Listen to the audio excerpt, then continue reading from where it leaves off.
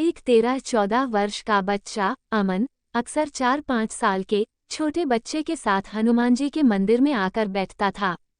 मंदिर के अधिकांश लोग उसे भिखारी समझते, लेकिन वह किसी से कुछ नहीं मांगता था।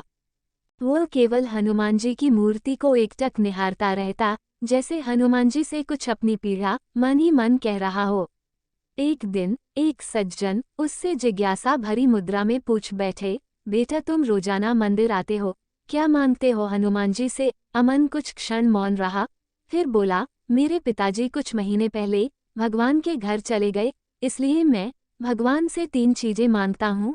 पहली, मेरे पिताजी को स्वर्ग, दूसरी, पिताजी की मृत्यु के बाद से मेरी माँ अक्सर रोती रहती है, इसलिए माँ को सब्र और शांति, तथा तीसरी, थोड़े से पैसे, क्योंकि मेरा ये छोटा भाई माँ से नए नए कपड़े और खेल खिलौने मांगता रहता है।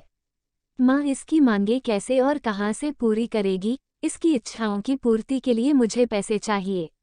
दूसरे दिन एक दूसरे सज्जन ने अमन से पूछ लिया, क्यों बच्चे, स्कूल जाते हो?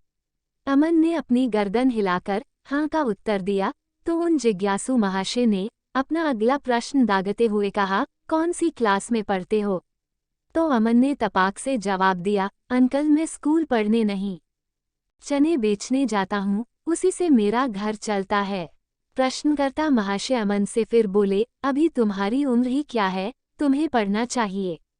उनकी इस बात का उस बालक ने तुरंत जवाब दिया, अंकल पढ़े लिखे लोग हम जैसे गरीबों से परहेज करने लगते हैं। मेरे भी बहुत से रिश्तेदार अमीर हैं, जो मुझे मेरे पापाजी के मरने के बाद से नहीं पहचानते। माँ भी कहती है, गरीब लोगों का कोई रिश्तेदार नहीं होता। मेरी माँ कभी झूठ नहीं बोलती। हाँ, मेरी माँ कभी कभी झूठ बोलती है। वो तब झूठ बोलती है जब हम दोनों भाइयों को खाना खिलाती है। खाना खाते हुए मैं माँ से पूछता हूँ, माँ तूने खाना खा लिया? तो हंसकर बोलती है, हाँ मैंने खा लिया बेटा, तू तो आराम से खा ले।